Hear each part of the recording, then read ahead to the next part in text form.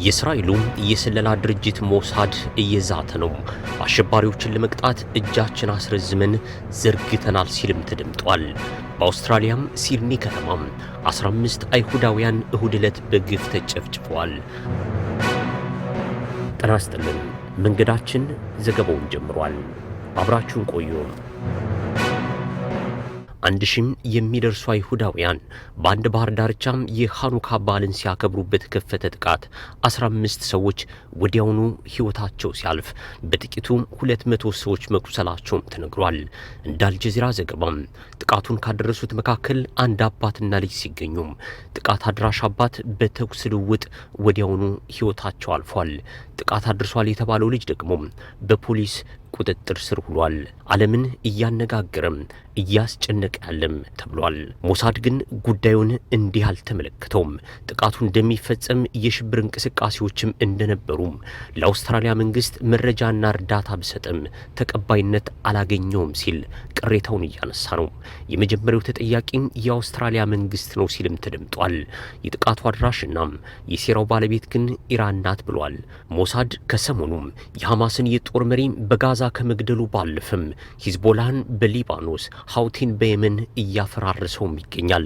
የኢራን የጦር መሪዎች ከተኙበት አልጋ ገብቶ የገደለው ሞሳድ የኢራን 8 ሳይንቲስቶችን ቴህራን ድረስ ዘልቆ በመግባትና ከተደበቁበት ከዋሻ ስር ቆፍሮም ገድሏቸዋል።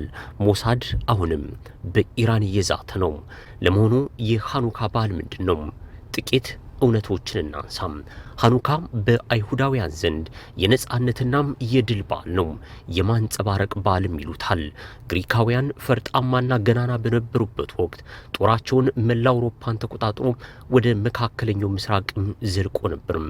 በዚህ ወቅት በኢየሩሳሌም የሚገኘውን የአብርሃም ቤተ መቅደስ የሙሴን ጽላት ለማፍረስናም የጣዖት አምልኮን ለማስፋፋት የአቴንስ ኃይሎች በእጅጉም ይፈልጉ እንደነበር ይነገራል። አይሁዳውያን ተዋግተው ቤተ መቅደሳቸውን አዳኑ። ይህ የአይሁዳውያኑ ቤተ መቅደሳቸውን የማዳን ኃይል መለኮታዊ የተገለጠበትና ታምራዊ ተብሎም በየዓመቱም ከህዳር መጨረሻም እስከ ታህሳስ መግቢያ ለ8 ቀናት ሻማ በማብራትም ይከወናል። የሻማው መብራት ምሳሌነቱም በኢየሩሳሌም የነበረም አንድ ሻማ በወይራ ዘይት ተቀብሮ ለ8 ተከታታይ ቀናት በመብራቱ ነው ይባልለታል። ይህ በዓል በአይሁዳውያኑ የሃኑካ ወይም የድል ነጸብራቅ ቀን እየተባለም ይከበራል። አይሁዳውያኑ በኢትዮጵያም፣ በአሜሪካም፣ በአውስትራሊያም፣ በሩሲያም፣ በመላ አውሮፓ ወይም በሚገኙበት ዓለም ሁሉ በዓሉን በታላቅ ድምቀት ያከብሩታል። በአውስትራሊያም እሁድ ታህሳስ 5 ቀን 2018 ዓ.ም ከ1000 በላይ አይሁዳውያን ተሰባስበው ሲድኒ በሚገኝ የባህር ዳርቻም ቀኑን በታላቅ ድምቀት ያከብሩም ነበርም። በሰንበት ቀን በተሰባሰቡበት በድንገት ተኩስ ፈነዳም። ሲድኒ በተኩሱ ተናወጠች። የአውስትራሊያ ባለስልጣናት በእጅጉ ተደናገጡ። ቴል አቪቭ አጉረመረመች። ዶናልድ ትራምፕ ግልጽ ጸረ ሴማዊ ጥላቻ ነው አሉ። ኢራንን ጨምሮም የእስራኤል ባላንጣዎች ሳይቀሩ ድርጊቱን አወገዙም። እስራኤል ግን የጦር መሪዎቿን መገደል በማስመልከት ኢራን መራራ የበቀል እርምጃ ልትወስድ እየተዘጋጀች ነው በሚል ኢራንን ስትጠረጥርም ነበርም። በእሁዱ ጭፍጨፋም ወቀሳዋን ከኢራን ትከሻም አልወርድም እያለች ነው። በአያቶላህ የሚመራው እስላማዊ አብዮታዊ ዘብ የሚባለው የኢራን ጦርም የእስራኤልን መኖር አይደግፍም፣ እስራኤል መፍረስ አለባት የሚል ጽኑ አቋምም አለው። እስራኤልም በምላሿም የአያቶላህ አስተዳደር ጸረ ሴሜቲክና ጸረ ሰው ነው በሚል አሜሪካን አሳምናም የኢራንን የኒውክሌር ማብለያም ማስደብደቧም ይታወሳል። ከመሬት በታች 60 ሜትር የሚጠልቅ በኮንክሪት የተገነባ የኒውክሌር ማብላያ የተመታው በአሜሪካ መሬት ሰርሳሪ ቦምብም ነበርም።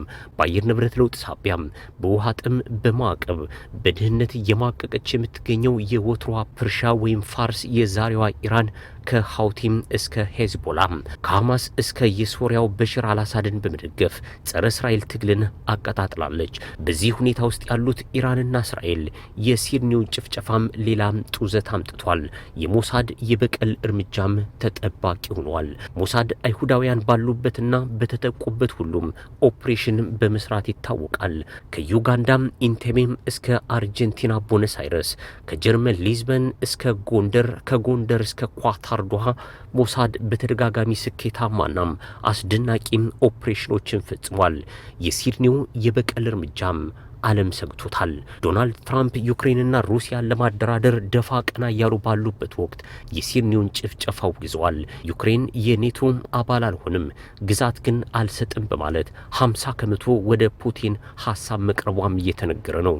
ይህም የዶናልድ ትራምፕ የሰላም ስምምነት እቅድ መነሻ ሐሳብ ውጤት ነው። ትራምፕ ከካርቱም ኮንጎም፣ ከሐማስ እስራኤል፣ ከፓኪስታን ህንድ፣ ከአፍጋኒስታን ፓኪስታን ግጭትን ጨምሮ የዩክሬን ሩሲያን ግጭት ለማስቆም እየጣሩም ባሉበት ጊዜም የሲድኒው ጭፍጨፋ ሌላ ትኩረት ነጣቂ ጉዳይ ሆኖባቸዋል። በአፍሪካም የ15 ሰዎች መገደል ዜና አይሆንም። በሰሜኑ ጦርነት 1 ሚሊዮን የሚደርሱ ኢትዮጵያውያን አልቀዋል። በአማራ ክልል ለ3 ዓመታት በዘለቀው ጦርነት በብዙ ሺህ ዜጎች ተገድለዋል። ነገር ግን 15ቱን የአይሁድ ዜጎች ሞት ያህል እንኳን ትኩረት አላገኝም።